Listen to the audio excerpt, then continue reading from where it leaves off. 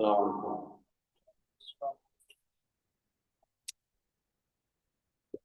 الله الرحمن الرحيم الحمد لله رب العالمين والصلاة والسلام على المبعوث رحمة للعالمين نبينا مولانا محمد وعلى آله وصحبه أجمعين أما بعد. First and foremost, everyone can borrow one of these books. Everyone can take one of these books, inshallah. Those are obviously on site. Those are online, of course. Yeah, just pass them around, inshallah. Pass them to everyone, inshallah. Those who are going for Hajj, inshallah, you can keep it. Those who are not going for Hajj, you can just borrow it. And so those who are not going for Hajj this year, you must return it. But if you are going for Hajj this year, inshallah, you can keep the book, inshallah. It's free of cost, inshallah. This is a gift from me, inshallah, for you all, inshallah. If anyone wants to sponsor some of these books also, you can let me know, inshallah. Alhamdulillah, I coordinated with Sheikh Furhan, the author, mashallah, and I purchased a whole bunch of these books to give them out, inshallah, to the Hujjaj, inshallah, and hopefully the Hujjaj will benefit from these books, inshallah. And inshallah, hopefully you'll make dua for me and the author and whoever else, inshallah, helped us reach these, or helped us receive these books, inshallah. Okay, and those who are online, obviously, inshallah, you can contact me, inshallah, and I will give you one of these books, inshallah. That's fine. You can contact me anytime, inshallah. I highly recommend taking the book before next week, inshallah, because this week we're going to cover some of the pre-Hajj responsibilities. And next week, inshallah, hopefully, we'll begin Hajj step by step. So we'll go through step by step, day by day, what we'll have to do, inshallah. So therefore, you'll need to add notes and so on and so forth. So we'll get to the writing portion of it. This week also, it would be good if you all can take notes, whether on your, if you have pencils or paper or something. Some of you, mashallah, brought notepads, mashallah, very good, alhamdulillah. Otherwise, it is important to, take some notes, because not everything will be in the book, right? So the book I'm using as a primer, meaning I'm using it as the manual, and then inshallah I will add on to it, inshallah, and I'll mention many other things.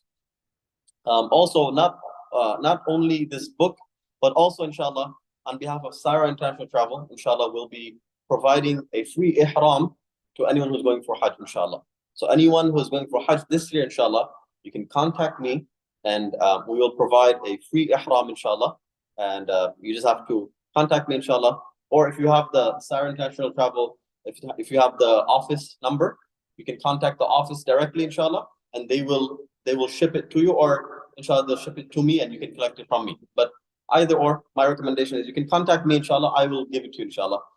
So it's likely that they'll ship a whole bunch of them to me, and then inshallah I will distribute it to those who are going for Hajj, inshallah, directly.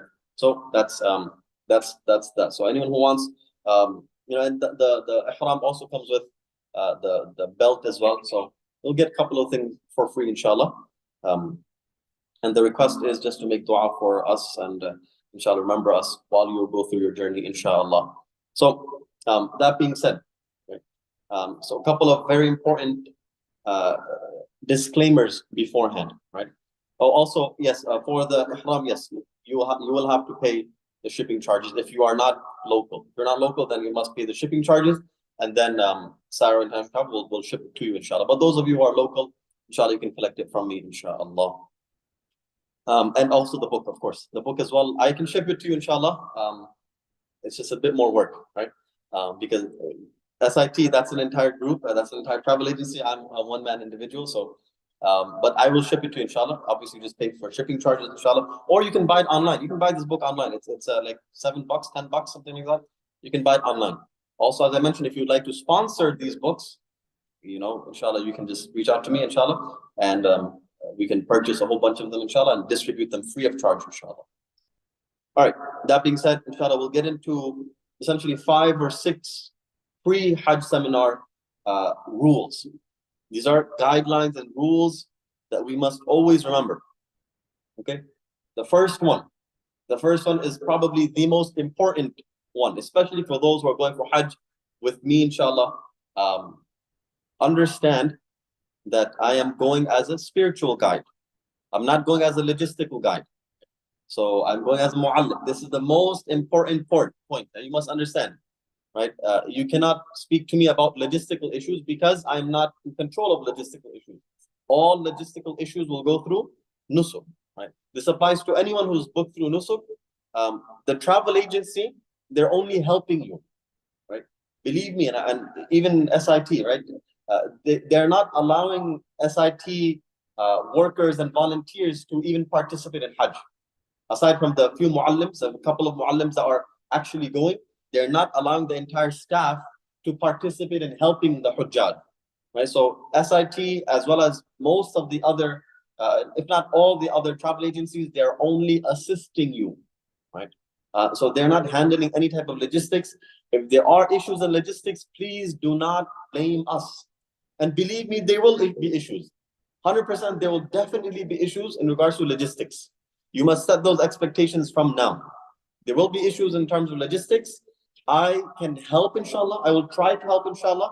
But please don't set the expectation that every single problem that comes, Saad will answer it. No, that cannot be and that will not be, right? So just to keep that in mind, number one, very important point, Saad does not handle logistics. So if you have issues with your flight, who do you contact? Saad? No, right? You don't contact me. You don't contact.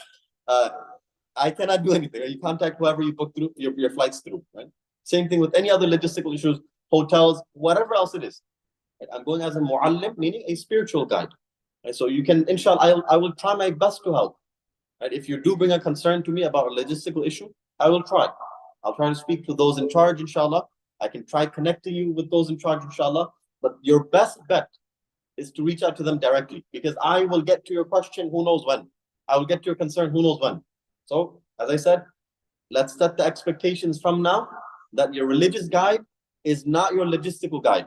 So whoever your logistical guide, whoever your religious guide is, please don't pester them with logistical issues.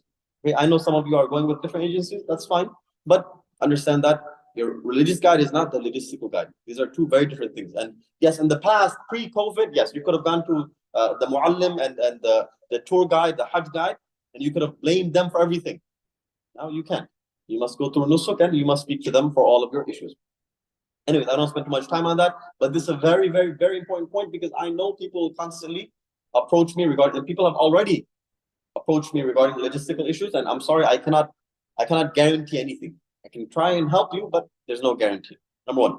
Number two, right? Number two, that this is when you are making this intention for Hajj, right? Understand that this is a privileged journey. Understand that this is a journey that you are gifted to. That Allah Ta'ala is accepting you to go for Hajj. No amount of money, no matter how healthy you are, no matter what resources you have, you will not go if Allah Ta'ala does not accept you to go. You will not go if Allah Ta'ala does not allow you to go. Right? And so understand that there are many people who save up for years. They save up for years and years and years. Something happens, they're not able to go, for example. Or even you, for example. Many of you have probably saved up for many years to go for Hajj. And it's not only just the monetary aspect of it, but every single aspect. Understand that this is from Allah Ta'ala. You know that term bulawa, right? In Urdu it's said, right? Bulawa. This is from Allah Ta'ala. That when Allah Ta'ala calls you, that's when you will be able to go. Not before that. You will not be able to go. I will not be able to go before Allah Ta'ala calls me. Even though, everyone who asked me, are you going for Hajj? I said, listen, until I set my foot there on Arafah, that's when, inshallah, I'm there for Hajj. Before that, it's the taqdeer of Allah Ta'ala, it's the will of Allah Ta'ala. If Allah Ta'ala wants, He will take me. If Allah Ta'ala decrees that I will not go, I will not go. And so, of course, remember this very well, that this is the response, this is the gift from Allah Ta'ala, this is the call of Allah Ta'ala, that Allah Ta'ala is inviting us to go. There's a story that I want to mention to you, or basically based off of this, right? Where does this bulawa come from? This invitation, where does it come from, right? It's mentioned, one second. And it's mentioned that Imam Hakim has mentioned from Ibn Abbas radiallahu anhu, that Ibrahim alayhi salam, he finished building the house of Allah Ta'ala. After he finished building the house of Allah Ta'ala, he said, Ya Rab, qad faraq, I'm done building the house, Ya Allah. قال أذن في الناس بالحج. Allah Ta'ala told Ibrahim alayhi salam that now you make the announcement for Hajj. And so he says, Rabbi wama yablughu sawti. And he says, oh my Rabb, how can my voice reach people? How will it reach people? So Allah Ta'ala says, Adhin wa alayya al-balagh. Allah Ta'ala says that you make the announcement, I will convey the message. So then Ibrahim alayhi salam, Rabbi kayfa aqul. So then Ibrahim alayhi salam, he doesn't even know what to say. He says, oh my Rabb, what should I say? Again, this is not in the book, right? So he says, قال قل يا أيها الناس كتب عليكم حج البيت العتيق. So Allah Ta'ala said, oh tell, O mankind, that performing Hajj is obligatory. فسمعه من بين السماء والأرض ألا ترى أنهم يجيئون من أقصى الأرض يلبون. And so then Allah Ta'ala, he mentions that now every single creature in the heavens and the earth heard this announcement from Ibrahim alayhi salam. Ibrahim alayhi salam made the announcement, and then every single thing heard the call. And now, based on the call of Ibrahim alayhi salam, which was commanded by Allah Ta'ala, we respond to that call. Labbaik Allahumma labbaik is what? Allah, I'm responding to that call. Labbaik, I'm responding. Allahumma labbaik. Allah, I'm responding to what? The call of Ibrahim alayhi salam. That bulawa, what does it mean to be invited? That invitation is from who? When you say invitation, that means someone did the inviting. Who did the inviting? Ibrahim alayhi salam invited all of us thousands of years ago. Ibrahim alayhi salam invited us, and now we are responding to that invitation from Ibrahim alayhi salam. Understand, this is not just a regular journey, right? This is a privileged journey. And this is a invitation from Allah Ta'ala. Therefore, third point, our life before Hajj and after Hajj cannot be the same. It cannot be that we are going for Hajj as just a checkbox. That is fard for me, so I'll just do it and I'll fulfill my obligation. No. That cannot be. Rather, Hajj is a journey of love. It's a journey of love. It's a journey of how much we love Allah Ta'ala. And Allah Ta'ala inviting us to worship Him. You know, my teacher, one of my teachers, I asked him for du'as and so on, right? And so he said that, listen, this is a journey of love. Leave every logistical issue. Don't worry about anything else. Anything that has nothing to do with Allah Ta'ala and performing your rituals and performing the Hajj, don't worry about it. He said, even if you have terrible accommodations, don't worry about it. Even if your clothes are dirty, don't worry about it. This is a journey of love. Allah Ta'ala is not looking at your physical appearance. Inna Allah la yanzuru ila ajsamikum wa la ila aswarikum walakin yanzuru ila qulubikum wa a'malikum. Nabi sallallahu alaihi wasallam, he says that Allah Ta'ala does not look at your physical appearances, but rather Allah Ta'ala, He looks at your hearts and your actions. What are you doing? So don't worry about, like what are you dressed in? You know, how good do you look? And so on and so forth. Don't worry about these things. Rather, we are dedicated only and we're focused on Allah Ta'ala. So going back, our life before and after Hajj cannot be the same. Our priorities cannot be the same. It cannot be that before Hajj and after Hajj the priorities are the same. No. Our priorities must be different. We must be different people. This must be a transformative journey, that we are transforming our lives. For many of us, this will be our first and only Hajj. Many of us, right? I mean, not everyone. Some of us, we've gone before, mashallah. But for many of us, it will be the first and only Hajj experience. And so therefore, we must ensure that we are spending our time very wisely. Make sure we are, using every single second of our time very wisely. Okay? Moving on. Number 4, right? This journey of Hajj is a journey which is a reminder of the Akhirah. This is a journey reminding of the Akhirah. When you're, especially men, you're dressed in the Ihram clothing, the clothing of Ihram, 2 white pieces of cloth. Right? This is just like the shrouds. This is just like your kafan. You're dressed just like your kafan. You're leaving your family.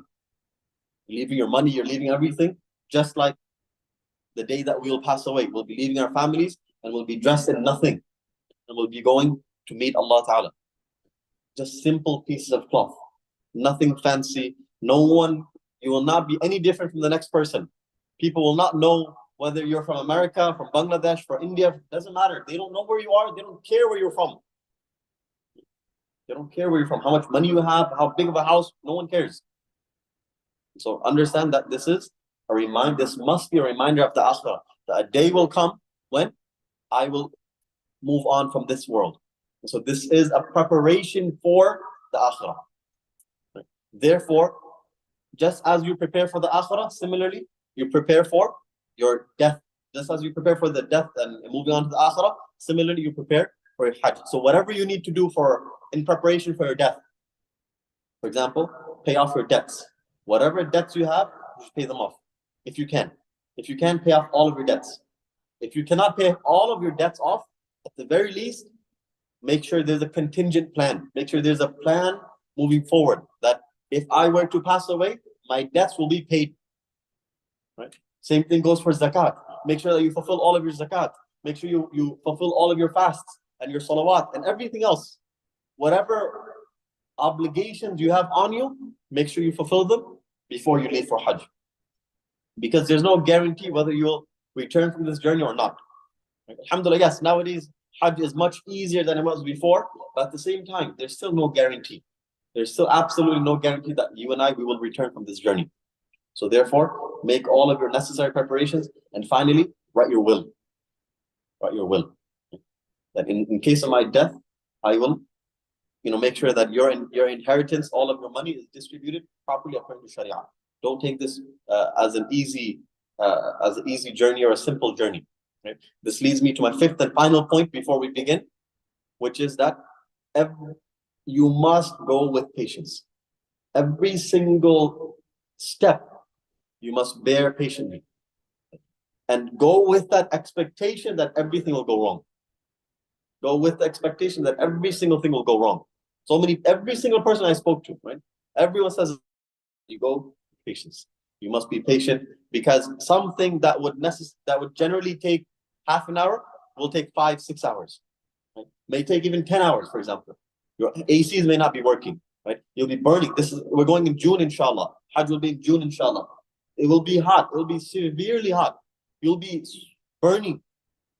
But you go through with patience, right? And you have sabr. Understand that everything will not be as you want it to be.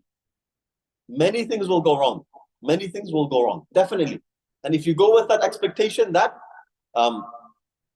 things may go wrong, then inshallah you will bear patiently. But if you go with the expectation that, listen, I'm paying X amount of money and everything should be given to me as they promised on the Nusuk website, everything should be given to me as they said, then you will set yourself up for failure.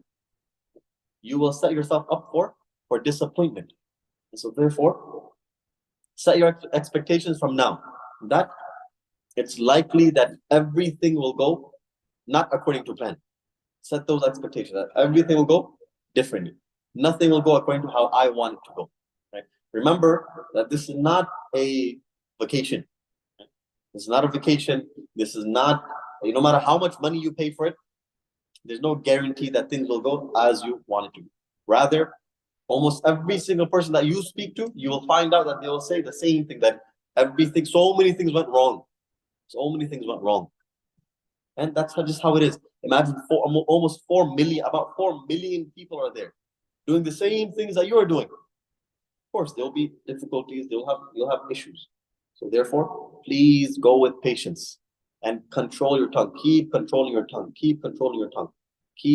I can't emphasize this enough. Be as patient as you possibly can. Continue to have sabr. Continue to don't say anything wrong. Try not to do anything wrong.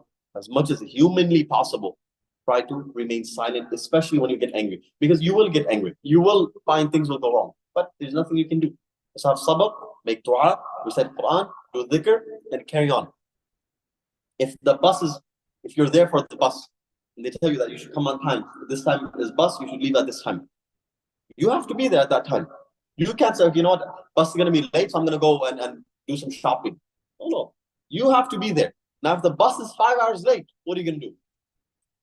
You have a couple of options. One is complain, right? Yell, scream, shout, I don't know, complain, whatever you want to do. Complain to me, right? Keep complaining. What's going to happen? Can I do anything about it? No. You and I will be in the same boat. We'll be in the same exact boat. You'll be suffering, I'll be suffering. Instead, what? You do some dhikr. We said Quran. Spend that time wisely. Don't just sit around talking, wasting time. Rather, spend it wisely. Do some dhikr. Make sure you go with proper intention, and make sure you go with some proper goals. Make sure you go with some proper goals, that this is my objective. I should finish at least one khatam of Quran. Minimum one khatam of Quran. That's the bare minimum. You have so much time. Those of you who are going for 10, 15, 20 days, you have so much time. Some people are going for longer than that as well. Minimum one khatam of Quran. And that's, of course, one of the greatest ways to come close to Allah Ta'ala is through the Quran. But also dhikr. Right? Make sure you have a dhikr regimen. Make sure you do your tasbihat, whatever tasbihat you know. Subhanallah, alhamdulillah, subhanallah, al-azim, astaghfirullah, subhanallah, whichever ones you know, you learn all of them. You write them down. You learn some du'as also. Learn some adhkar. You have about a few weeks left. Learn some adhkar. That these are the dhikrs that I will be doing throughout my Hajj journey. Right? So, for example, there are some times that you're just exhausted. Like, for example, I'll tell you, sometimes, when I do sa'i, I get very exhausted. It's very exhausting, a few miles you're walking. So, in that time, sometimes what I do is I recite Subhanallah bihamdi, Subhanallah al-azim. This is the last hadith of Bukhari, right? And Nabi sallallahu alaihi wasallam says, Kalimatan khafifatan fil lisan, thaqilatan fil mizan. And he says that there are two statements that they're very light on the tongue, very heavy on the scale, and they are Subhanallah bihamdi, Subhanallah al-azim. The last hadith of Bukhari. Okay, so that's one of the simple adhkar that I highly recommend. But there are many, any dhikr, any dua, right? And then, of course, du'as. Make sure you have a list of du'as. When you get there, you're like, your mind is everywhere. So make sure you have a list of things that you need to make du'a for. Not just ukhrawi things, not just things of the akhirah, but also for dunya. Right? As Nabi Sallallahu Alaihi Wasallam says, or the Sahaba, they would make du'a for everything. Whether they needed food, even to the extent of shoelaces, they would ask Allah Ta'ala for. So we ask Allah Ta'ala for whatever issues and concerns we have. We ask Allah Ta'ala for those as well, inshallah. Moving on. So those of you who have your books, you can open your book, inshallah. There's a bit of introduction. We'll skip all of that, inshallah. Inshallah, you can open up to page 1, which is the virtues. Page 1 of virtues. And those who are online, inshallah, you can just listen along, inshallah. And then, when you get your book, inshallah, you can read those on your own, inshallah. Oh, for those who don't know, the book is Hajj and Umrah, a brief guide by Sheikh Furhan Zubairi. Sheikh Furhan Zubairi. If you Google it, if you check it on Amazon, it's like $7 maybe, something like that, on Amazon. As I said, you can have it for free, inshallah, if you come to me, but if you want to buy it online, you can buy it online as well, inshallah. All right, virtues. We'll go through the ahadith, inshallah. عن عائشة أم المؤمنين رضي الله عنها أنها قالت يا رسول الله نرى الجهاد أفضل العمل أفلا نجاهد. Aisha, the mother of the believers, رضي الله عنها, she said that Ya Rasulullah, we consider jihad to be the best deed. Should we not struggle with you? So Rasulullah sallallahu alaihi wasallam responds, لا لكن أفضل الجهاد حج المبرور. Nabi sallallahu alaihi wasallam says, no. Rather, the best Hajj is the best jihad is an accepted Hajj. The best jihad is an accepted Hajj. Moving on. عن أبي هريرة رضي الله عنه أن رسول الله صلى الله عليه وسلم قال العمرة إلى العمرة كفارة لما بينهما والحج المبرور ليس له جزاء إلا الجنة. Rasulullah sallallahu alaihi wasallam says, one umrah to the next umrah is an expiation for whatever is in between them, meaning of the sins. Allah Ta'ala forgives the sins between the two umrahs. And a Hajj al-Mabrur, meaning an accepted Hajj. There can be no reward for an accepted Hajj except for Jannah. So meaning what? Hajj is either yes or no.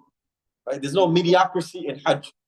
Either you're accepted Hajj and you Jannah, that's it, or your Hajj was not accepted. Either or. Right? So you're spending all of that money, you're spending all of that time, you're spending all of those resources for what? To make sure that you spend your Hajj in the most perfect way possible. Right? So remember this very well. Right? Hajj al-Mabrur, that's something that we are constantly working towards. We are trying our best. and you make lots of dua to Allah Ta'ala to grant you Hajj al-Mabrur. قال سمعت أبا هريرة رضي الله عنه قال سمعت النبي صلى الله عليه وسلم يقول من حج لله فلم يرفث ولم يفسق رجع كيوم ولدته أمه.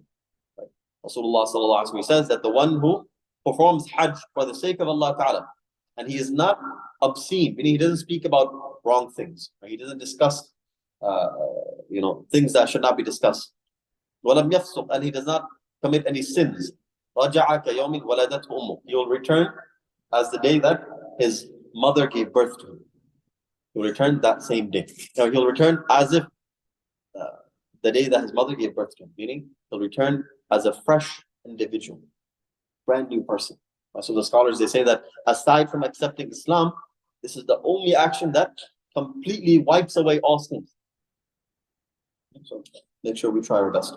عن أبي هريرة رضي الله عنه قال سئل النبي صلى الله عليه وسلم أي الأعمال أفضل؟ قال إيمان بالله ورسوله.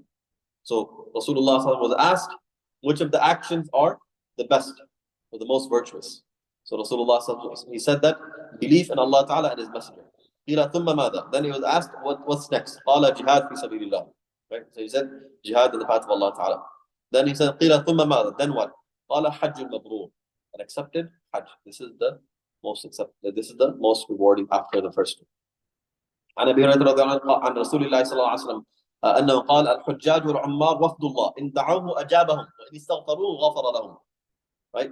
That Rasulullah sallallahu alaihi wasallam, he said that the people of Hajj, the people who go for Hajj and the people who go for Umrah, they are the delegation to Allah Ta'ala. Wafdullah, the delegation to Allah Ta'ala. So if they make dua to Allah Ta'ala, Allah Ta'ala definitely responds to them. And if they do istighfar to Allah Ta'ala, they ask Allah Ta'ala for forgiveness, Allah Ta'ala definitely forgives them. This also proves that what? Those of us who are not going for Hajj as well, make sure you ask those who are going for Hajj to make dua for you.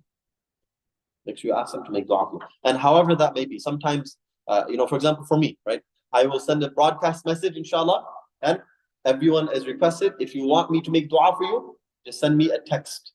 And I've done this multiple times. And so therefore, anytime, if you want me to make dua for you by name specifically, then send me a text, inshallah. Not now, later on, inshallah. Later on, you send me a text. When I just the day I leave or the day before I leave, I'll send a message that, listen, you can all send me your requests for dua, inshallah, and then I will, inshallah, respond to that whilst I'm in Umrah or Hajj, or whilst I'm on my journey of Hajj, inshallah, I'll respond to that, inshallah. Okay, and so others, not only me, but all those who are going for Hajj. Again, you never know. You never know whose du'as are accepted. You have no idea, right? Salim Bhai's du'as could be much more accepted. He could have the Hajj al-Mabrur. And so imagine his dua being accepted. Mansoor, anyone's du'as could be accepted. So ask all of the Hujjat. Whoever you know is going for Hajj, make sure you ask them for du'as. Whatever you need to do, bribe them, feed them, do whatever you need to do. Not me, please, not me. But anyone else, bribe them, give whatever you need to do. Make sure you get their du'as from them. Anyways, moving on. Tabi'u Nabi Sallallahu Alaihi Wasallam. In another hadith, I'll mention two more hadith. They're not in this book, but I'll mention them. Nabi Sallallahu Alaihi Wasallam says, "Tabi'u bayna al-Hajj wal-Umrah, فإنما ينفيان الفقر والذنوب كما ينفي الكير خبث الحديد." Nabi Sallallahu Alaihi Wasallam, he says that go for Hajj and Umrah repeatedly. Follow one Hajj and one Umrah after another. For verily, these, going for Hajj and Umrah, they remove poverty and sins. Going for Hajj and Umrah removes poverty and sins, just as the bellows of the blacksmith removes the rust on iron. So you know the blacksmith, we have no idea, right? But I have no idea, right? How they remove the rust. Similarly, going for Hajj and Umrah removes poverty and sins. Sins we understand, but subhanAllah, even poverty.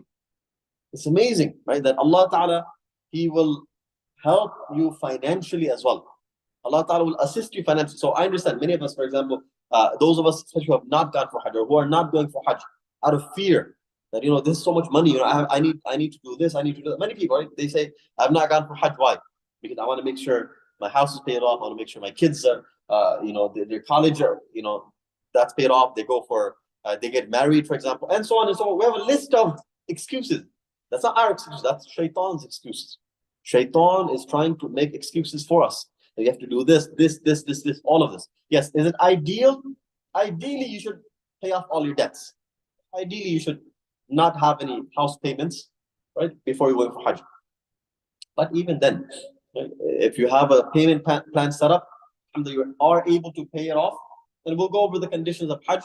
Obviously, you must be financially able to go, and you must have enough money that will sustain your family while you're gone. Right? So obviously, if you have all of those measures in place, then inshallah you can go for Hajj. So it's not a requirement to pay off your house. Many people they ask this question: is it a requirement to pay off my house? No, it is not a requirement. But ideally, you should. If you can, you should. If not, don't wait. If you have the money and you have a payment plan in place, and you're going for Bahamas, you're going for Maldives, and you're not going for Hajj, what kind of logic is this, right? That I'm going and traveling to these other places, but I'm not going for Hajj. Why? Someone said it. It's very funny. We were talking about this recently. One brother said, let me just finish committing a few more sins and then I'll go for Hajj. SubhanAllah. Allah forgive us. But that's the reality, right? That this is he said it jokingly, right? But that's how generally this is how the reality. Many people they feel like, so I have to be a good person after I come back. So I'll do all my sins before that, and then I'll go for Hajj. But what guarantee do you have? And we'll talk about it. Which is the next hadith. Man arad al-hajj falyata'ajjal. Nabi sallallahu alaihi wasallam says that the one who wants to go for Hajj, you should hasten. You should hasten and go for Hajj. فَإِنَّهُ قَدْ يَمْرَضُ الْمَرِيض. Sometimes, because who knows, you can get sick. وَتَضِلُّ الضَّالَّةِ. You can lose your ride. Meaning what? COVID can happen. Something can happen that would force you or not allow you to be able to go for Hajj. Anything out of your circumstances. Something can happen and you'll not be able to go for whatever reason it is. Right? And the third is وَتَعْرِضُ الْحَاجَةِ. And some other need or some issue can arise. Something can come up. Some big issue can come up and you're not able to go. So therefore, you should hasten and go for Hajj immediately as soon as you possibly can. Moving forward, inshallah. Moving on. Right, we're gonna skip he goes in page 5. He goes into the basics of Hajj definition, which is basically just talks about the linguistics of Hajj, and that Hajj is meant as something great, some act of great worship, and so on and so forth. We'll just skip over it. And then the next part, which is the ruling of Hajj. Hajj is fard. We all know it. It's fard. It's established in the Quran, Sunnah, and of course ijma' of everyone that Hajj is fard on someone who meets the requirements of Hajj. Now, what are the requirements? Now let's go through. Page 7, conditions that make it obligatory. So, okay, Hajj is an obligation on a person who meets the following 4 conditions. 4 conditions. Number 1, Islam. Right? So the person must be Muslim because Hajj is an act of worship, and in order for acts of worship to be accepted, one must be Muslim. This is very simple and very easy for us to understand, that you must be a Muslim to go for Hajj. Number 2, sanity.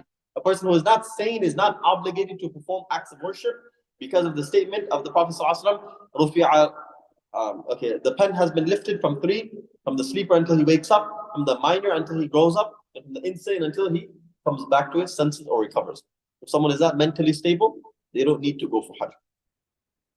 Number 3, maturity. A minor does not have to perform Hajj or any other act of worship because of the hadith mentioned above. Very, very simple, right? All of these are pretty simple. Number 4, ability. This is probably the most important for us. A person must be able to afford provisions, meaning food, drink, and lodging, and transportation, plane tickets for the actual journey and other expenses, both for going and returning, in excess of the expenses for one's dependents and basic necessities. Meaning, the money used for Hajj should be in excess of what is spent on one's dependents, meaning your wife and children, and in excess of basic necessities such as one's house, furniture, car, and clothing. So as I said, ideally as much as possible, you try to pay off everything, and you make sure that you have enough money to sustain yourself while you are on your journey for Hajj. Okay? Hajj is an obligation upon an individual who meets the condition mentioned above. They should try their best to perform it as soon as possible. If one does not meet all of the conditions, then Hajj is not obligatory upon them. Okay? Any questions so far? All right, I'll try to ask questions, answer questions throughout. Again, questions only regarding what we discussed, nothing else. Any questions on what we just discussed? These are pretty simple and straightforward. So, inshallah, if you have any questions, you can just let me know. And those who are online, you can text your questions, inshallah, in the group chat. All right. Conditions required for performing Hajj. Now, Yes. So previously we discussed conditions that make it obligatory, some things that make it necessary. Now, what are required for performing Hajj? So if any one of the following three conditions is not met, then it will not be obligatory on a person to perform Hajj themselves.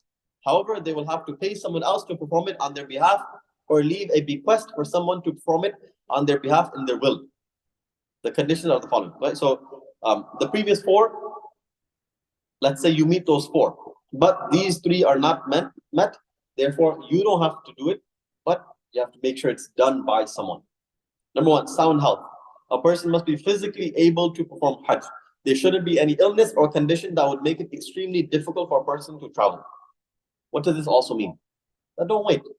Don't wait until you're, late in your seniority and you're elderly and it's more difficult for you to perform Hajj. Don't wait until that age. That now it's very difficult for you to perform Hajj, and now you're dependent on someone else going for you. Rather, if you can, please try to perform Hajj at a much earlier date. Number two, safety. The path to Makkah must be safe and secure. So, for example, let's say someone had intention to go in COVID, but unfortunately they could not go and they passed away. Inshallah, they will be forgiven. Inshallah. Number three, a woman must be accompanied by her husband or non-marriageable kin, meaning mahram. This condition applies if the journey to Hajj requires traveling a distance of 48 miles or more. So if you're traveling 48 miles or more, then you must, a woman, she must have a mahram. A non-marriageable kin, mahram, is a person that a woman is never allowed to marry, either through blood relations, nursing, or marriage. The mahram has to be an adult and trustworthy. If a woman travels for Hajj without her husband or mahram, it is considered to be prohibitively disliked, makruh tahrimi, but the Hajj will still be valid. This is traditionally mentioned as the relied upon position of the Hanafi school of thought. So, just to mention that the Hanafi school of thought says that a woman is required to have a mahram to go for Hajj. If she goes without a mahram, it is makruh tahrimi, right? It is makruh tahrimi if she goes for Hajj without a mahram. Right. Okay. One second. All right. Someone is asking for my personal number. Yes, you can take my personal number, inshallah. It will be posted on the chat. Okay. All right. So it'll be posted on the chat, inshallah. I don't want to mention it on the group on the Zoom because it'll be recorded. But I don't mind. People can have my number. Inshallah, and you can ask me. Just don't expect a response in the same 5 minutes that you text them. So what they expect, right? And they like call 6 times, text 16 times. So anyways, right? So inshallah, okay. So the 3 conditions are: one is health, number 2 is safety, number 3 is for a woman to have a mahram. Okay, and if she goes without a mahram, this will be makruh tahrimi, extremely disliked, but technically her Hajj will be valid. Yes. If woman wants to go to the Hajj, they have tickets for the daughter. They don't have. Yes. So if she has a brother, she has a father, for example, husband, for example, she can go with any of those people, and she should go with one of those people. So the daughter also needs a mahram. So the daughter also needs a mahram. So therefore, the father can be the mahram for all of them. Inshallah. Okay. Son-in-law is mahram as well. Yes. Sorry. Yes. Son-in-law is also mahram. Yes. Yes. So again, right? The question is that I heard Saudi government allows, right? Just because Saudi government allows it doesn't mean that it is something halal in Sharia. Yes. This is something simple to understand, right? That just because the Saudi government does something does not mean that it's something halal in Sharia, right? They're not representatives of the Sharia. They're not Sharia. Hopefully this doesn't get me banned. I just want to go for Hajj. But yes, so I mean the Saudi government is not representative of Islam. Meaning they're not the flag bearers of Islam. Meaning in the sense, again, some things may be according to Islam, some things may not be according to Islam. So just because they do it does not mean that it is part of Sharia. Okay, moving on. Yes, this is Mufti Saad, yes. on this Hajj trip. Women will be going with mahram, but they'll get separated in the Hajj rituals. Is it permissible individually? So if you, again, let's pay attention, inshallah, because the condition was what? The second or third sentence, right? Second sentence. This condition applies if the journey to Hajj requires traveling a distance of 48 miles or more. So a woman cannot travel 48 miles or more without a mahram. So within 48 miles, generally, that's okay. But even then, ideally, as much as possible, a woman should try to stay with her husband as much as possible, or with her mahram as much as possible. Try to stay. If not, if at the same time, if possible, try to create some groups for women, right? That way, for example, if the women there are some areas which are women only, obviously. So in that place, women can go together, right? And that way, inshallah, they will not get lost, inshallah. Right? So as much as possible, women should stay with their mahrams and their husbands, but they should also have some contingencies. They should also have some backup plans. Anytime you get separated from your spouse, anytime you get separated from your women folk, make sure beforehand that you know, okay, we're going for salah now. If we get lost, phones are not working, if anything happens, we'll meet here. Okay, make sure you have backup plans. Don't just say, okay, we'll meet you later. No. Don't do this. Unfortunately, many things happen. Many things can happen, right? So be very careful. Make sure you have backup plans, right? Whether you want to do air tags, whether you want to do whatever you want to do, right? I mean, seriously, whatever you want to do it. I mean, to save yourselves and to make sure you're safe, please do whatever you can, right? Do whatever is necessary to save yourselves from these types of issues, right? Don't rely on technology. Technology can go wrong, right? But at the same time, please, as I said, have backups. Whatever those backups are, many of you probably know better than me, but inshallah, follow along. Moving on. The types of Hajj. Right, so the types of Hajj, there are three types of Hajj. Hajj al-Ifrad, Hajj al-Qiran, and Hajj al-Tamattu'. Hajj al-Ifrad is basically for those individuals who only intend to perform Hajj. A person will enter into the state of Ihram with the intention of performing Hajj by itself. Okay, we're not going to discuss it in detail because most of us are not doing this. The vast majority of us are not doing Hajj al-Ifrad, so therefore we will skip over this. Hajj al-Qiran. Qiran is to combine both Hajj and Umrah in one state of Ihram. Right? You combine Hajj and Umrah with one Ihram. So if a person intends to perform Hajj al-Qiran, they will enter into the state of Ihram with the intention of performing both Umrah and Hajj in the same state of Ihram.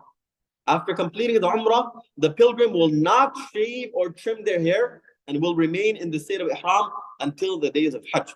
After performing Hajj, they will exit the state of Ihram. It is mandatory for one performing Hajj al-Qiran to sacrifice a sheep as an expression of gratitude. Again, most people will not perform Hajj al-Qiran because it is difficult. Right? So let's say you're going first of the Hijjah. Right? Let's say you're going first of the Hijjah and you do your Umrah second of the Hijjah, for example. Now you have to wait all the way 6-7 days. You have to wait, and you have to be in the state of Ihram. Right? And who knows how many mistakes you'll make in those 6-7 days. You know what I mean? So this is, yes, according to our scholars, this is more rewarding, but it is very difficult. Right? So do this at your own risk. Do Hajj al-Qiran at your own risk, where you do one ihram for both Hajj and Umrah. It's more complicated. If you want to do it, that's between you and Allah Ta'ala. Okay? Moving on. Hajj al-Tamattu'. A person intending to perform Hajj al-Tamattu' will enter the state of Ihram with the intention to perform Umrah only. Okay? Will enter to perform Umrah only. After completing the Umrah, they will shave or trim their hair, exit the state of Ihram, and remain in Mecca without Ihram until the days of Hajj. Okay? So, let's say you go on first of the Hijjah, you get there second, for example, you do your Umrah, and then you cut your hair, trim, shave, whatever it is. Obviously, it's better to shave, as Nabi Sallallahu Alaihi Wasallam made dua 3 times for the one who shaves. And yes, you can shave once, and then you can shave again for Hajj. You can, whatever, just run the blade over, and inshallah, you get the reward of shaving, inshallah. So, you'll do your Umrah, you'll come out of the state of Ihram, and then again afterwards. Then on the morning of the 8th of the Hijjah, they will enter into another state of ihram with the intention of performing Hajj. Right? A person performing Hajj al-Tamattu is also required to sacrifice an animal as an expression of gratitude. Since the vast majority of pilgrims from the United States perform Hajj al-Tamattu, the section Hajj step by step of this booklet will deal with the step by step process of this type of Hajj. So there's a couple of reasons why I chose this book. Number one, it's authored recently, right? Meaning the author, he wrote this book in 2019. So just a couple of years ago. Yes, just before COVID, but he authored this book at that time. Right? Secondly, the scholar, mashallah, he's also in America. He's based out of California, mashallah. I've met him before, alhamdulillah, a couple of times. And mashallah, not only that, first he'll go through the overview of it. Like now we'll go over like just the basic concepts of Hajj. And then, inshallah, as I mentioned, probably next week, inshallah, we will go step by step, every single step, what you need to do from one place to the next, inshallah, we'll go through it. And this is important because, inshallah, within a few pages, inshallah, you can understand, right? And every single day, mashallah, he highlights what you need to do for that day. And that's why I selected this book as the primer. Initially, I thought, you know what, we're going to do my favorite book of fiqh, which is Mukhtasar al-Quduri. We're going to do this book. And as you can see, it's all in Arabic, mashallah. And I would be reading Arabic right now and you'd be lost, right? And so therefore, I decided, no, we'll do it in English, inshallah. That way you can understand everything and you can ask any questions for, whatever questions, for whatever you may have. Name of the author again, Sheikh Furhan Zubairi, right? Furhan Zubairi, Zubairi, right? Sheikh Furhan Zubairi. You can buy this book, inshallah, online. Hajj and Umrah, a brief guide. Okay. Anyways, moving on. All right, so Hajj al-Tamattu, you do your Umrah, and then you come out of the state of Ihram, then you go for Hajj. Okay, so that's the breakdown essentially. All right. Okay, someone just text on the chat. I'm not going to repeat the name over and over. All right. There are obligatory actions of Hajj. Right, now we're going to get into the faraid. What are required? Right. There are 3 actions that are obligatory in Hajj. Number 1, entering into the state of Hajj is technically very simple. Right. We make it very complicated. That's a fact. Right. Hajj is relatively very simple and straightforward. Right? You just follow what what everyone is doing basically, and you'll be okay, inshallah. Most people, they make mistakes where most people they do things that are contrary to the ihram, the state of ihram, and that's where people have to give dam, or they have to give sadaqah, or they have to do something or the other, and therefore because of that, that's where most people make mistakes. But generally, Hajj is, don't make it more complicated than it is. Okay? Don't make it more complicated than it is, inshallah. All right, moving on. Right, so Hajj is, there are 3 obligatory actions of Hajj. Number 1, entering into the state of Ihram. So entering into the state of Ihram, that's number 1. Number 2, wuquf, meaning standing at Arafah. We'll talk about it. We're going to go through everything in detail, don't worry about it, right? And number 3, the tawaf of visitation, tawaf of ziyarah. Okay? So these 3 are fard. So he's going to go through each one. Number 1, entering the state of Ihram. Oftentimes, people think that the Ihram is wearing 2 unstitched white towels, cloth, or sheets. This is a common misconception. Ihram is a ritual state that one enters when intending to perform Hajj or Umrah. Ihram literally means to make something impermissible, and this ritual state is called Ihram because when a person enters into it, a lot of things that were normally permissible now become impermissible. A person enters into the state of Ihram by performing 2 actions. First, by making the intention, niyyah of Hajj or Umrah, and the second by reciting the talbiyah. The talbiyah should be recited immediately after making the intention. As soon as a person makes the intention and recites the talbiyah, they have entered into the state of Ihram. For men, this ritual state is represented by wearing 2 unstitched white sheets of cloth. So very simple, as he says right there, Ihram is what? Intention and talbiyah. You make the intention and Going on, does the intention need to be in Arabic? No. Right? Many people, they say that no, you must, many people, they think that you must make the intention in Arabic, but you don't need to. Yes, you can recite the dua, right, which is Allahumma inni uridu al-hajja aw al-umrah fayassirhu wa fayassirha li wa taqabbalhu wa taqabbalha minni. That, oh Allah, I'm making intention for Hajj or Umrah, and so make it easy and accept it from me. Right, so that's the Arabic dua. If you don't know the Arabic, what should you do? Make it in English, make it in Urdu, make it in any language. If you know the Arabic, good and well, alhamdulillah. If you don't know the Arabic, then don't stress. Many people, they stress over these du'as. Remember, most du'as are not necessary, meaning in Arabic language. Most du'as are not necessary to make in Arabic language. Rather, it's better to make dua in your own language that you're comfortable with. Allah Ta'ala understands everything. So, yes, there should be some du'as that you learn and you understand the meaning of, but it should not be that you're just memorizing Arabic with Arabic du'as without understanding the meaning. It should not be such. Okay. Anyways. All right.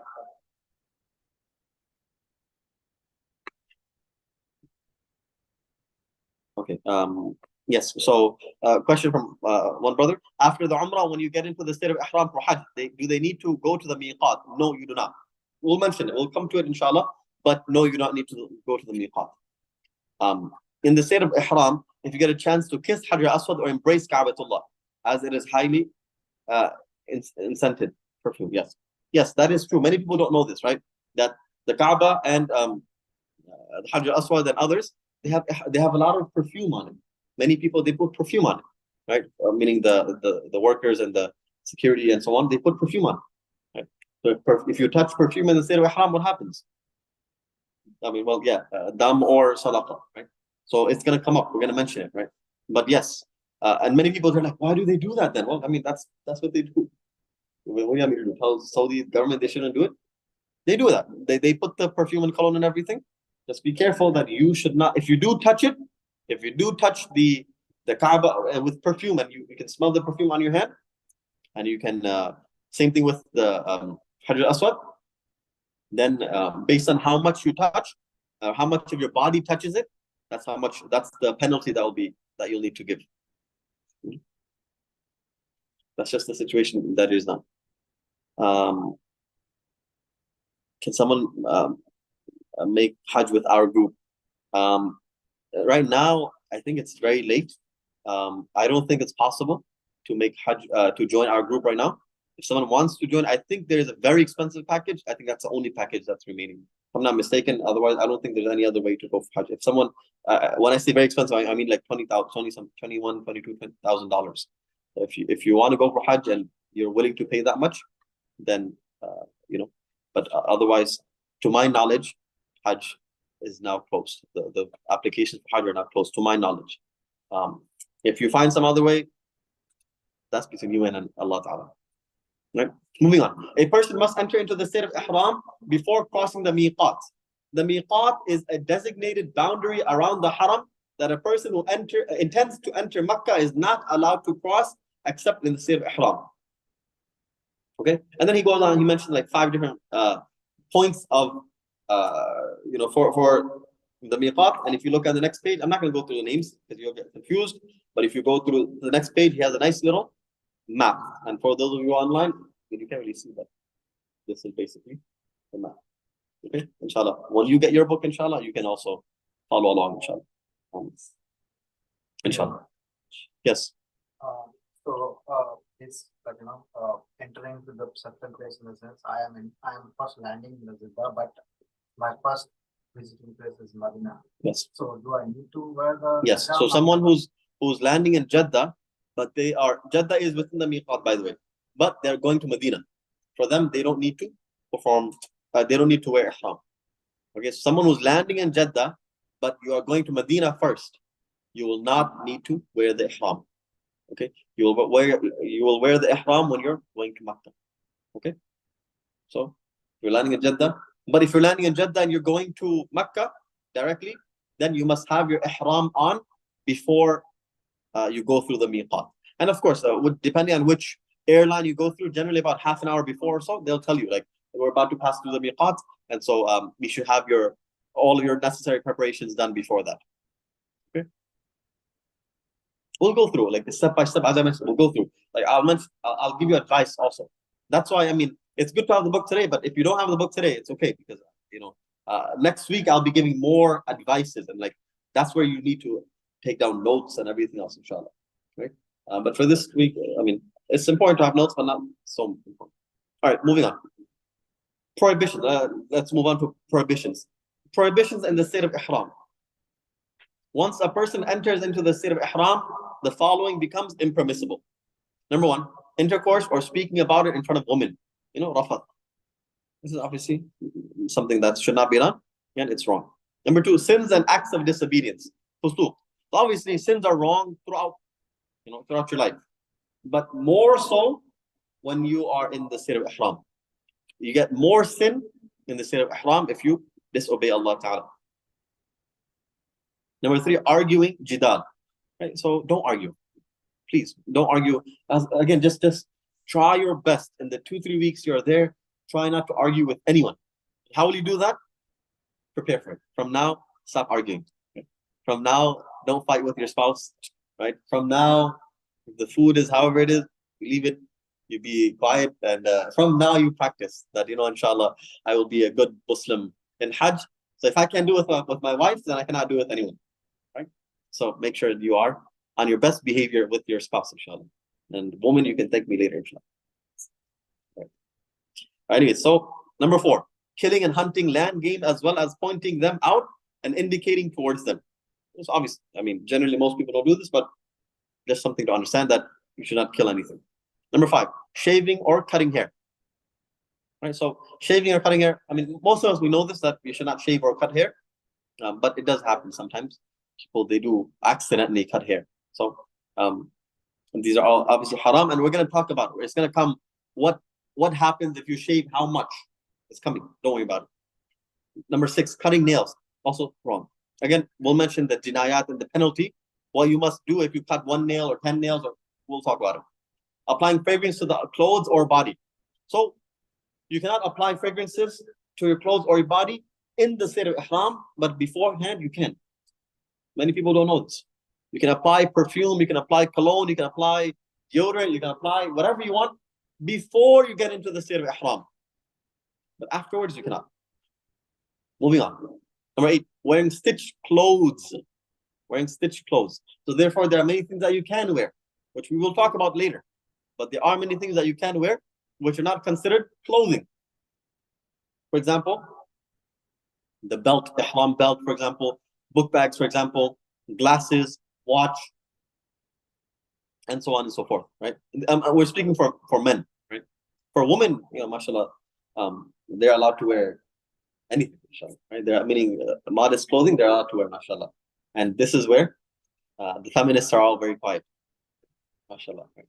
But anyway, so women are allowed to wear whatever clothes, so long as they're covering their awrah, they can wear whatever they want. Modest clothes, obviously, is coming, inshallah. Number 9. And so this is applying for men. So men are not allowed to wear stitched clothing. Number 9, covering the head for men and covering the face for both men and women. Right? So men cannot cover your head. Your head must be exposed at all times, and your face for men and women must be exposed as well. Right? So some people, we'll talk about what's going to come up where if you cover some portion of the face for some duration of the time, you cover your face, whether it's a mask, whether it's niqab, whatever it is, we'll talk about it coming up, inshallah. Right, so that's it. Number 10, covering the upper cuneiform bone of the foot for men, right? Which is basically the bone in the center of your foot. That bone, we're referring to that bone. That bone must not be covered. Okay, according to the Hanafi school of thought, you should not cover that bone. Therefore, and believe me, before Hajj ends, I will get at least 20, if not more, pictures of feet or pictures of sandals or shoes, right? Please don't do it. Don't send me anything. Rather, just get flip-flops. Get chappals, right?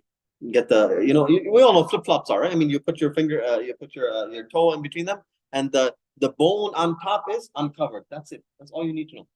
So the bone, those of you, this bone right here, it should be uncovered. Okay. The center bone on your, let me just show it on the camera as well, just to. So this bone here, right? This bone here should be always exposed. Okay, you should not cover that.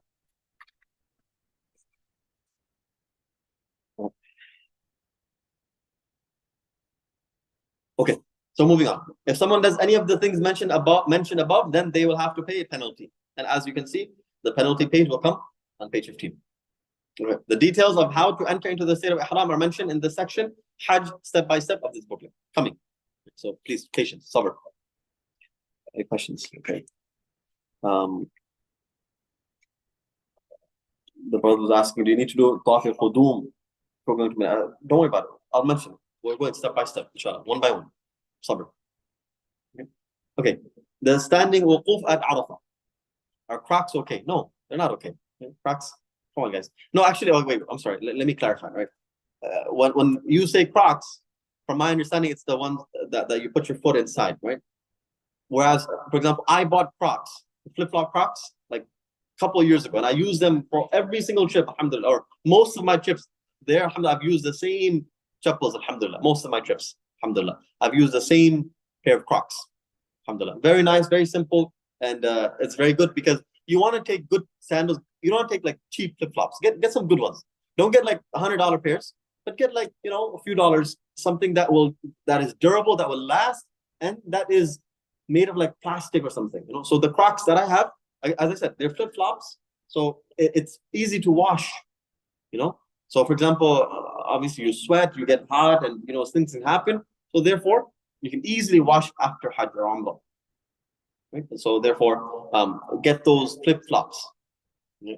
I was joking. You can send me pictures of your shoes and sandals. It's just, as I've just made the general announcement, just get flip-flops. Okay. But yes, inshallah, you can send me whatever questions you have. Okay. Moving on. All right. The second obligatory act of Hajj is standing at Arafah, wuquf bil Arafah. This is the central and most important pillar of Hajj, as Rasulullah sallallahu alaihi wasallam said, Al-Hajju Arafah. Hajj is Arafah. What is meant by standing here is being present at Arafah even for a moment. The window of time for the wuquf is after midday on the 9th of Dhul Hijjah, the day of Arafah, until right before Fajr of the 10th, which is Yawm al-Nahr, the day of sacrifice. Again, we will go through everything step by step. Yes, inshallah. Moving on. Next is Tawaf al-Ziyarah, which is the Tawaf of visitation. The third obligatory act of Hajj is Tawaf al-Ziyarah, or the Tawaf of visitation. This is also known as Tawaf al-Ifada. This Tawaf can be performed on the 10th of Dhul Hijjah and must be performed before sunset of the 12th. Okay, moving on. The mandatory, meaning wajib actions of Hajj. There are 5 central actions that are mandatory in Hajj. Number 1, the standing wuquf at Muzdalifah. So wuquf at Muzdalifah is wajib. Sa'i between Safa and Marwa. Number 3, the stoning at Mina on Yawm al-Nahr, which is the 10th, and the days of Tashriq, which are 11th, 12th, and 13th, which we will talk about. So this is wajib. Number 4, shaving the head or trimming the hair. Also wajib. Number 5, the farewell tawaf, which is tawaf al-sadr or tawaf al-wida'. Okay. The following acts are also considered to be mandatory.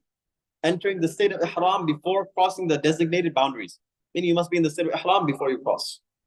If you enter into, by the way, right, many people, they do this. When I tell you religious people, they were telling me that, oh, I was planning on landing in Jeddah and then wearing the ihram. You cannot do that. Yes, if it were up to me, if I was ruler, I would make Jeddah just outside of the miqat. Yes, if it was up to me, then I would do that.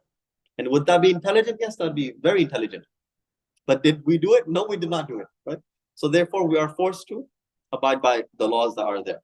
Yes, you must have your ihram on before you land in Jeddah if you are going to Makkah. Okay, moving on. So number 2, staying in Arafah for the obligatory wuquf until Maghrib as well as afterwards for at least a moment. So you must stay for the obligatory wukuf, which is until Maghrib, and after Maghrib, just at least for a moment, you must stay in Arafah. As I said, we'll go through all of this, inshallah. Number 3, performing tawaf in a state of ritual purity. Meaning you must have wudu. So wudu, tahara, ghusl, whatever it is, you must have tahara before you do tawaf. And number 4, sacrificing a sheep for those performing Hajj al-Qiran or Hajj tamattu'. Right? As I mentioned, this is wajib. Someone who is performing Hajj al-Qiran or Hajj tamattu', this is wajib for you to perform, to sacrifice a sheep. Right. All of the other acts or rites of Hajj are sunnah or recommended. Okay. Right. So this is very important for us to remember. Everything else is sunnah or recommended. Yes. When you're sacrificing the sheep or lamb, is it counted towards the qurbani? That somebody was saying Yes. that they have to do separate qurbani, and that's only No. part of the Hajj. No. This is that qurbani. Right? I mean, well, qurbani, see, look, for someone who's going for Hajj, they don't really have to do a qurbani, right? Because they're a traveler, right? So therefore, there's no qurbani that's necessary for them, right? Rather, this sheep is done out of gratitude, shukr to Allah Ta'ala, that Allah Ta'ala allowed us to do Hajj tamattu', and so therefore we sacrifice the sheep for that reason, not for qurban, not for udhiyah. Okay? So someone who's going for Hajj, do you have to do a qurbani? Do you have to do udhiyah? No. As I've said right now, you don't have to do udhiyah. 1 second. All right, any other questions? Yes. Shaving is done after the Qurban is done. Yes, we'll get to that, inshallah. But yes, we'll get to the step by step, but yes, inshallah. It's sa'i between Safa and Marwa. What could need some madhahib and not rukun in Hanafi? So yes, it could be a rukun in other madahib, but yeah, it could be. But we're referring to the, so yeah, as the Shafi'is, for example, they don't differentiate between wajib and fard, right? For Shafi'is, wajib is fard, fard is wajib. It's the same thing. But for Hanafis, it's different, right? There's a difference. And so, and you'll see why there's a difference, right? So, for example, someone who misses a fard, their Hajj is not accepted. Like, that's it, you messed up really bad. But someone who misses out a wajib, you can do something to fix it. Question?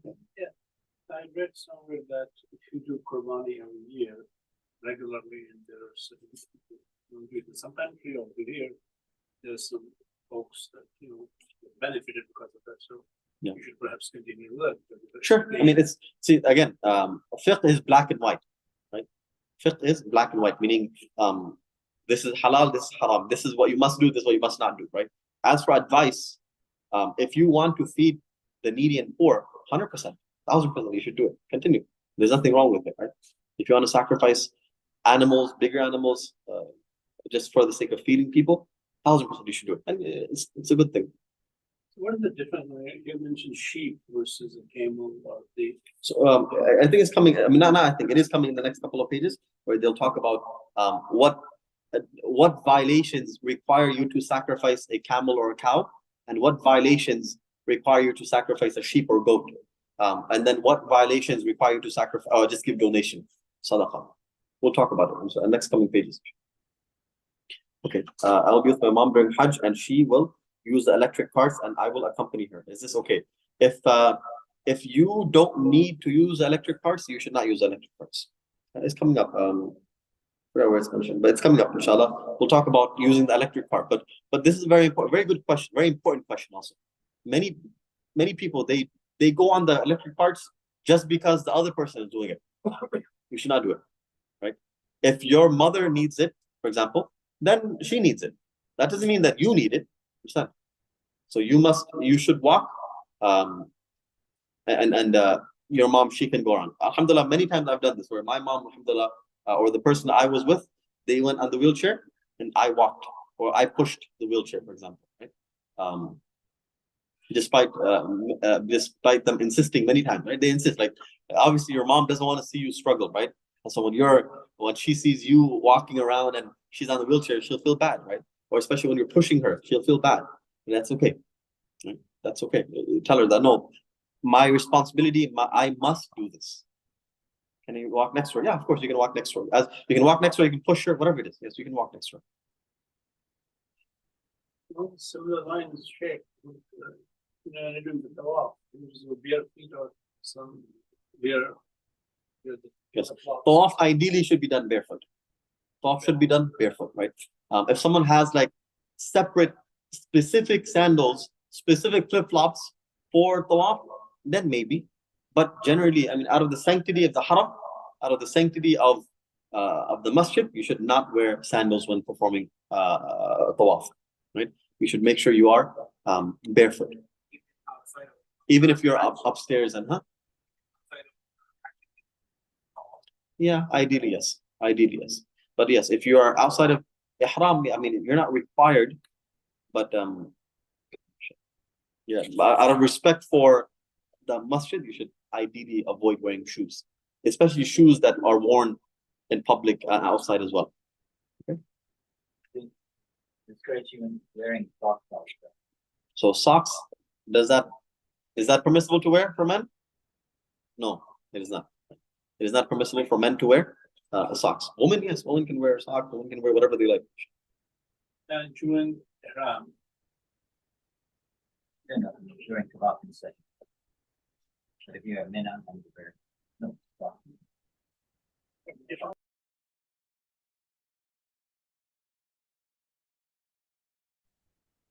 One second, sorry. Just my phone is dying. So second phone is coming in. Okay, so what do you say? Okay. Should we take a wheelchair or not? Yes, if you can. If your family member is severely dependent on the wheelchair, yes, 100% take the wheelchair, right? If they're really dependent on it, take the wheelchair. But I mean, if it's someone who they can walk, but walking lengthy distances will be very difficult, then you can buy one there, for example, or you can. I mean, in Hajj it'll be more difficult, but you can definitely buy one from there, right? And then you can donate it to Makkah or Medina, right? We've done that before, mashallah, where we bought a wheelchair and then you can donate it to the haram, for example. It's unlikely that you'll find a wheelchair, especially in your hotel. If you go off season, if you go off of out of Hajj season, then it's likely. I mean, you don't need to take a wheelchair because your hotels generally give you free wheelchairs. Generally, especially the ones that are next to the haram, they'll generally give you a wheelchair for free. And in Medina, they have what do you call it?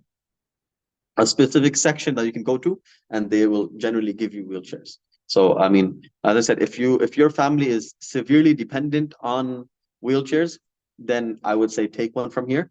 But if they're not severely dependent, and they can, somewhat walk, but it's difficult for them, then you can buy one from there, or you can use whatever they have there, right? Like, for example, buying a wheelchair is pretty much the same cost in Makkah, especially, and then having someone to do it for you. It's like they charge a few hundred riyals anyways. You might as well. So a wheelchair is about $100 basically, right? Just to give you an understanding, a wheelchair in any store, most stores, will be about $100. Right? I don't know if they, you may find it to be more or less in some places, but generally average $100 basically. So you can buy it and then donate it or do whatever you like. Inshallah. Okay, moving on. Let's try to finish up quickly. I want to stop at least the Hajj step by step. Inshallah, I want to get there. Where were we? Okay, so Sunan of Hajj, right? If making ihram from Medina, is mandatory to visit the Masjid al-Khalifa.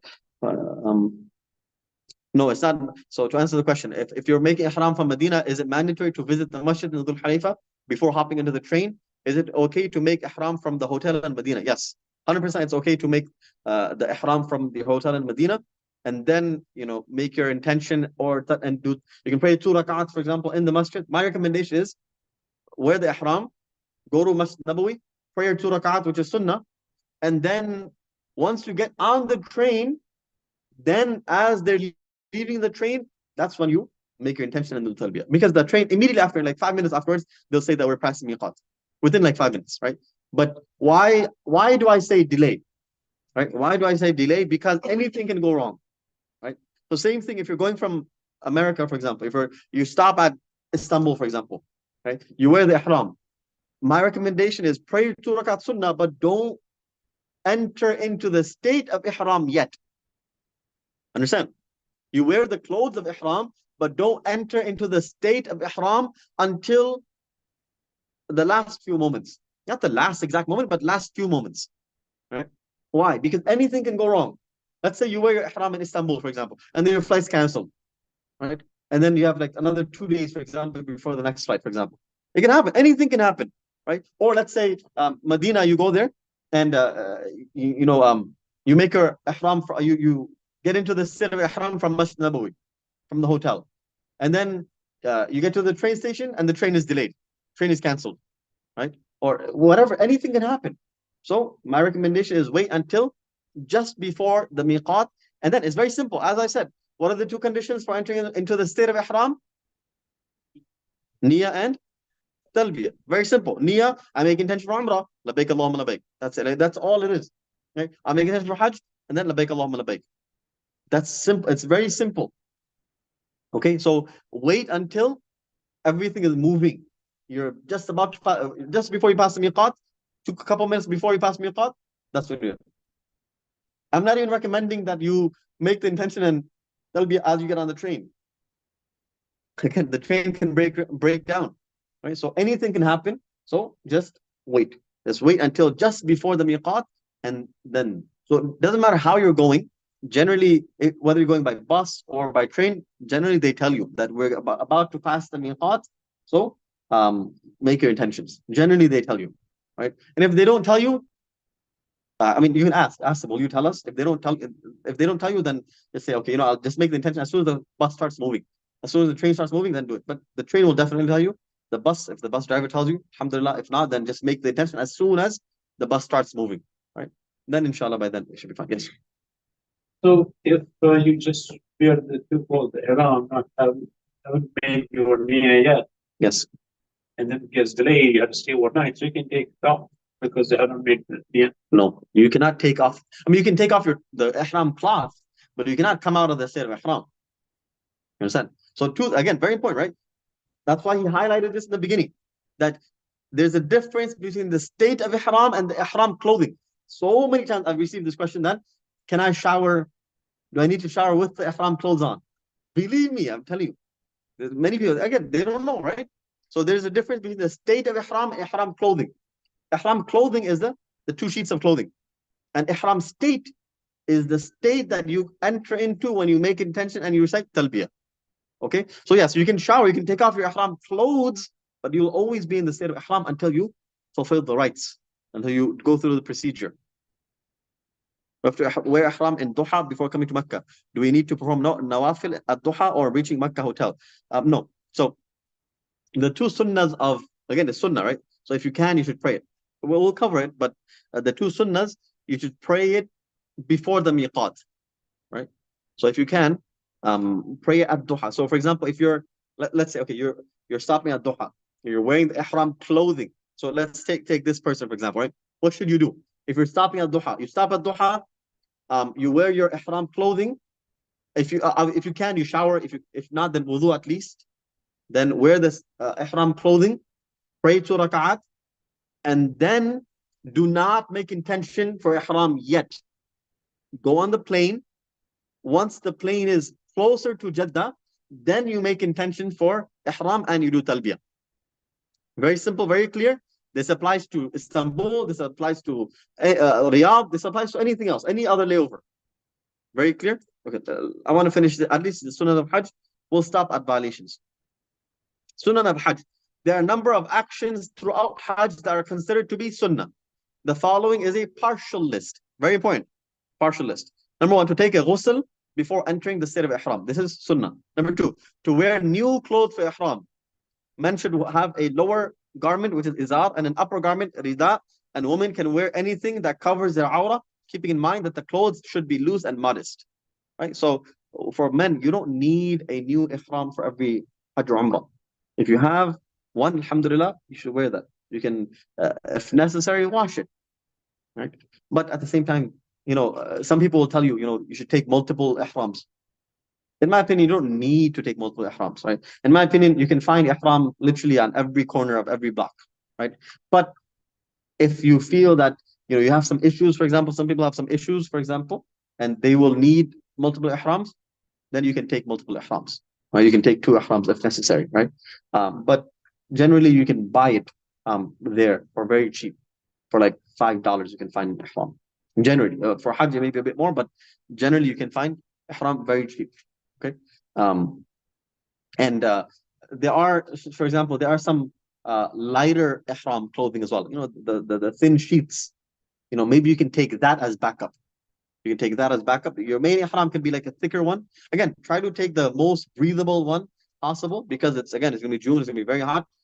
But you can take a thin backup ihram as well. Again, you can also wash your ihram as well. Right? If you need to, you can wash your ihram. You can wash it with your own hands as well. If not, then you can do the laundry. Laundry will be expensive, obviously, but you can still do it. Okay. Number 3, to recite the talbiyah as often as possible. Right? Labbaik Allahumma labbaik, we recite that as much as possible.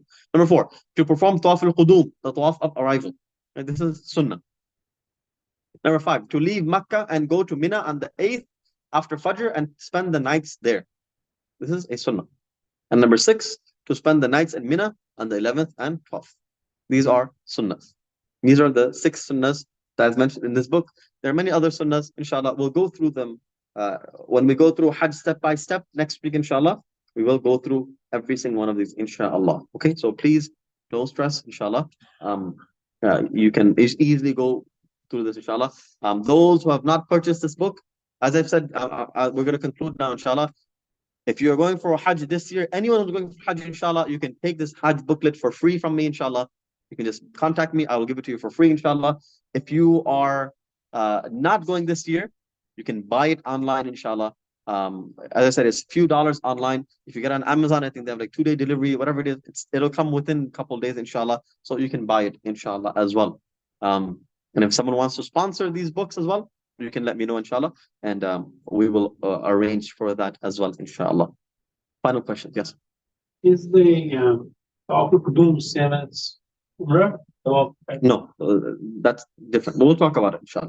We'll talk about it, inshallah. Tawaf al-Qudum is different. Can you please send me the book? Yes, it's already on the chat. Someone texted to her. Any other questions? Finally, before we conclude, yes. You say that it's like ideal not to wear sandals during the tawaf. Can we wear this in the side since it's a long and yeah, sa'i, there's more flexibility. But even there, I recommend avoiding. Even then. So if you want, as I said, if you want, you can have a specific pair of sandals for that specifically, for sa'i specifically, right? But personally, I don't encourage, our sandals that we wear outside, even in Makkah, they can get very dirty, and you don't want najasa to come on the between Safa and Marwa, and the sa'i. You don't want that to be dirty because of your shoes, because of your sandals. My recommendation is either go barefoot or use sandals, separate sandals that you have specifically for sa'i. And the haram, I don't recommend it at all. Any final questions? Okay. So inshallah, next week we'll have the second session, inshallah. And then the third and final session will be the following. So we have 2 more sessions, inshallah, and we will finish this book, inshallah. We'll go through things, especially step by step. I will take my time and I'll go through it very simply, inshallah. If anyone who came late, please watch from the beginning. I will send the recording of this, inshallah. So please watch it from the beginning, inshallah, and make sure you take all the advices very seriously, and make sure that you attend the next 2 seminars as well, inshallah. Definitely well before you leave, inshallah, and as early as you possibly can. Therefore, inshallah, you will be prepared properly for Hajj, inshallah. And then, of course, the spiritual preparation, inshallah, we'll talk further, inshallah. We'll discuss it further, inshallah. We'll have also some practical advice, inshallah. Some scholars, myself and others, inshallah, will speak about practical advices, inshallah, So we'll discuss that at a later time as well, inshallah. Those of you who are going for Hajj and would like to remain updated, inshallah, we have separate groups, inshallah, for those. So please remain updated, inshallah, and follow those groups, inshallah. If you would like to be added to certain groups, inshallah, you can let me know, and I will add you to those groups specifically, inshallah. All right, we'll conclude here, inshallah. Jazakumullah khairah. Wa akhiru da'wana alhamdulillahi rabbil alamin.